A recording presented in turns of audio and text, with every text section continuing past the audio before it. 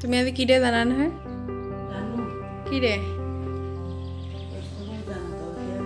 মামা এপিনে চাই কোৱা আজি কি দে? বুলি কেনেকৈ গম পালা? কিহত আহে হেমা? কিহত? কেলেণ্ডাৰ। অঁ তুমি জানানে মাদাৰ্ছ ডে কেতিয়াবা পালন কৰে? কেতিয়াবা পালন কৰে জানো। কেতিয়াবা তুমি মাদাৰ্ছ ডে কথা গম পাইছা? হ'ল আজি 3 বছৰ। ফাদাৰ্ছ ডে পাতিব লাগে নাই? ফাদাৰ্ছ ডে পাতিব লাগে। কি কাৰণে? এটা মাকৰ দিন, এটা বাপেকৰ দিন, এতিয়া চাইল্ডৰ মানে বাৰ্থডে এনেকুৱাবিলাক কথা গুগলত চাই দিম না মাদাৰ্ছ ডে কেতিয়াবা পাতে। অঁ চা May 12, 1907.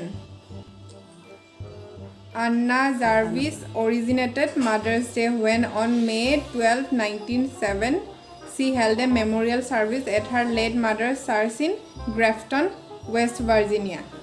ভাৰ্জিনিয়াত পাতিছিল প্ৰথম। Her mother had organized women's groups to promote friendship and health. পুৰা আপলোড কৰি দিলোঁ। প্ৰয়োজনীয়তা অনুভৱ কৰিছেনে বাৰু? না না অংগলি হোৱাটছআপত ফালিছোঁ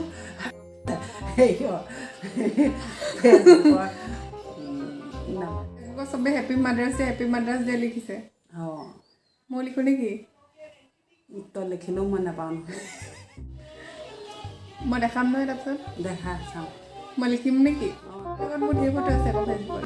হা অঁ দেখুওৱা না মই দেখাই নাই।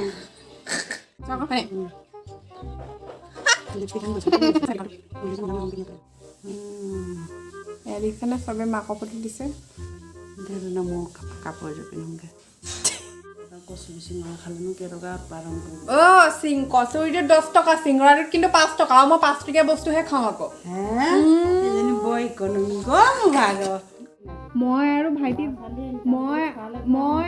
ভাইটি জন্ম হোৱাৰ কাৰণে তুমি আজি মাদাৰ্ছ ডে পালিব পাৰিছা। মই জন্ম দিয়াৰ কাৰণে তহঁতৰ মাক হ'ব পাৰিছোঁ। আমি জন্ম হোৱাৰ কাৰণেহে হ'ব পাৰিছা। মই দিলোঁ দিহা আগত হ'ব পাৰিছা, তহঁতেনো কেনেকৈ আহিলেহেঁতেন?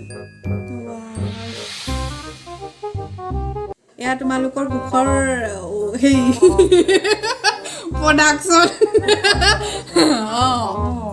বেলেগ দিছোঁ দেই। জানানে মাদাৰ্ছ ডে বুলি? কবিতা এটা ওলাব লাগিব নহয়, তেতিয়াহে হ'ব।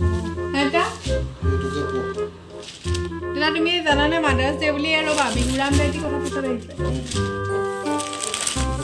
তেতিয়া তুমি জানানে মাদাৰ্ছ ডে বুলি? তেতিয়া তুমি জানানে ফাদাৰ্ছ ডেও থাকে বুলি?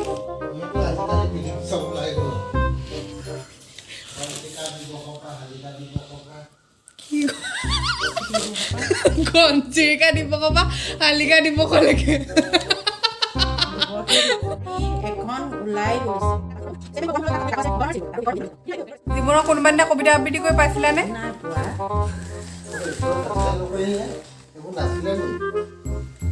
আমি টাউনৰ নহয় যে, তোমালোকৰ টাউনৰ যে তোমালোক টাউনৰ যে ৰ'বা, তোমালোকৰ সোধেই কৰিলা একো নাই এতিয়া। কিন্তু পইণ্টক মাদাৰ্ছ ডে আছিলে। বাই মাদাৰ্ছ, তুমি মোক একো নিদিয়া, মই তোমাক একো দিবলৈ নাই কাৰণ লকডাউন।